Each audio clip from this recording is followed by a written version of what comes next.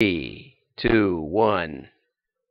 Hi, I'm John Miglosh for the WDMA and the International Society for Strategic Marketing. Got a lot of ground to cover. I thought it was going to be more interesting than it is. So you can tune out. You can tune out right now. But I found this article that I thought was going to be great, because on Periscope you can share the video onto Facebook groups that you're in.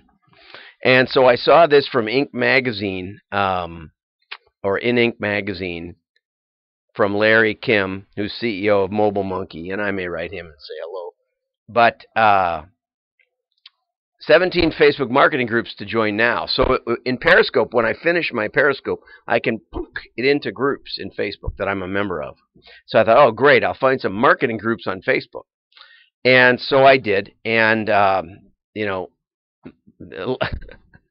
Larry is great because he has this idea that if you're going to be successful, you need to be a unicorn in a field of donkeys. Now, that is not enough for success, because I've done that my entire life. And right now, I was on the phone yesterday. I'm talking with an AI. No, thank you for that. I think it does too. I've got my wizard.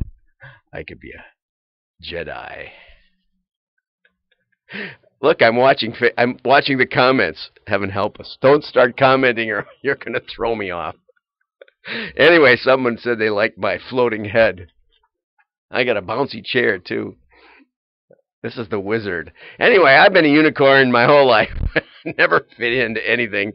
And but it takes more than that.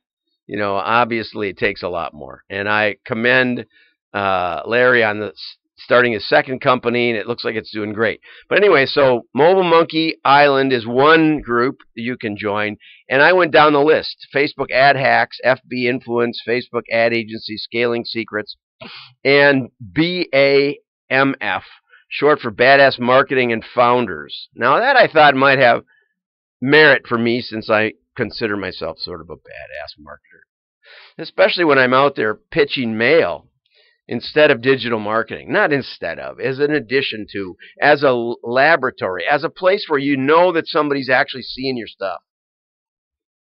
Because it gets delivered to real buildings and real houses. And it gets thrown into real trash cans. And there's a reality to it. And it's 100 times more real than most of the banner ads and the stuff that, does it put something in there? Yeah. I see pretty dresses on my Facebook feed. I see, stuff I'll never, ever want. One of my ad agency friends said that he could, this was years ago, but he said he could tell you all about Cross Your Heart bras, how they lift and separate. Because we used to see these ads all the time on TV.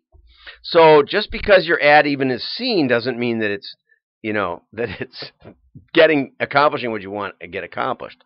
But anyway, so I went and looked at his stuff, and here's the Facebook group, Badass Marketers. And he says, if you're in more than 30 Facebook groups, I won't add you, okay? I'm not sure. I'm in more than that on LinkedIn, I know that. Promoting anything except great marketing tactics must be native to Facebook is prohibited. Don't ask questions. What do you mean, don't ask questions? I guess you can't post questions. So you can post... Now here's an oxymoron. You can only post great marketing tactics on Facebook. I guess that means great in relation to Facebook. If you have a great marketing tactic, like look at my case study on what I did with a retailer and how we went from 50 million to 100 million in 3 years, and how their growth has continued based on basically the way to do resource allocation that I taught them. None of that was Facebook. We really got rid of Facebook as an ineffective tool. So, it says whether you're an entrepreneur, founder, or growth hacker, this group is for you. No, it isn't. You've already eliminated me. So, buddy, that's great. It's great that you got a picture. Yeah. You know everything. When I was your age, I knew everything too. Now, not so much. So, basically, that whole list was a terrific waste of time. Skip that ad. All the rest of them are equally waste of time. None of them will help you unless you're into Facebook marketing. And I can tell you, my wife runs about 40 Facebook pages. Facebook marketing stinks right now. They've Facebook keeps changing the rules over years. Now, if you just get on there now, you might be able to get a business to work within the rules now. But I can tell you, whatever you're doing is going to change. They're going to pull the rug out from under you. They're going to raise their prices.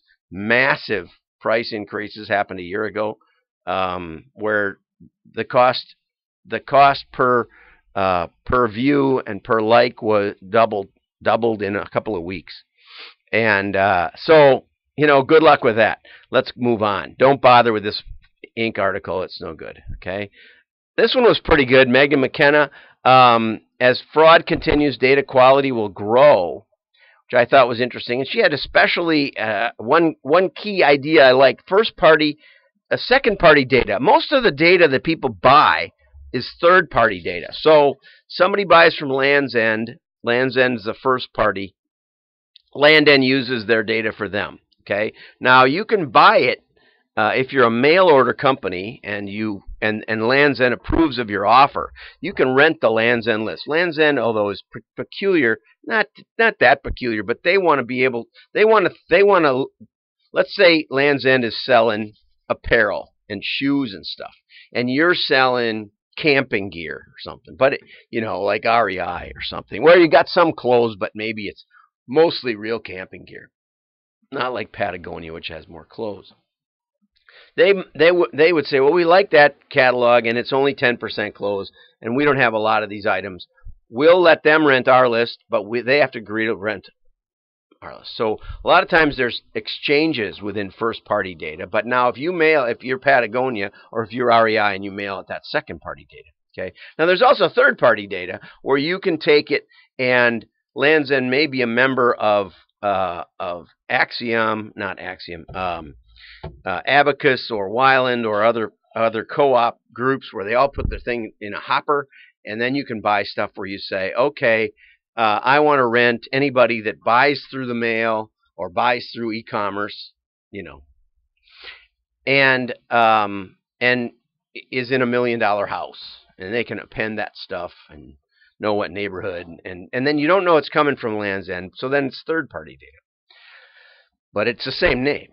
And so Megan is saying that there's going to be more second party, and I think that's right. I hope that that's true. That where we market, we contact the list owner directly, the data owner directly. Privacy legislation's impact will increase. Marketers are going to outsource more. I think that is true. I was at a big mailer conglomerate, and they'd outsourced their entire photography.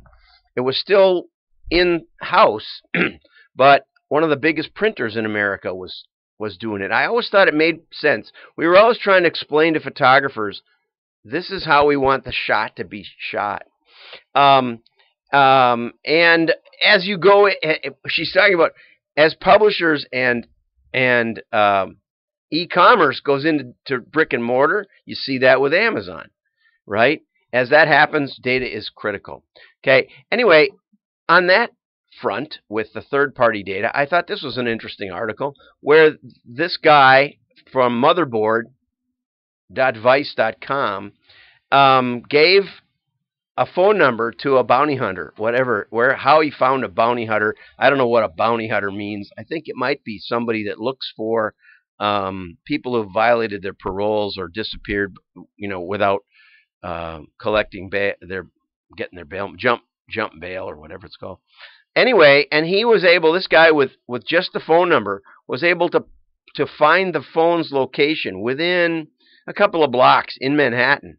And I thought that was pretty amazing. Now, of course, where your phone is, the cell towers have to know, because part of the way a cell phone works is it goes from tower to tower. And so, but this guy, without any affiliation, any cell organization, found where that phone liked to stay. And what's happening is that these phone companies are selling it second-party data, getting used by marketers. Somebody resells it. I mean, just think how easy it'd be for one of your IT people to take a thumb drive home with the locations of phone numbers that your company bought, and you don't even know it's gone, right? And resell it. And so that's what's happening. What's happening is that this data is getting sold and really hard to track. And that's the problem with data. Once it's out there, it's out there. Okay? And it's really easy to transport it, etc. So that's a problem. It's a big issue. Okay? And darn, I've been wanting to get to this article. We're going to do that next tomorrow. Okay? Predictive analytics, because I think it's one of the better ones that I've ever read. And the author connected with me just the other day. So we're going to do this one tomorrow. And there we go. Here comes the music. I don't know whether the music came late today. Oh well. Like and share. Have a great day. Happy New Year.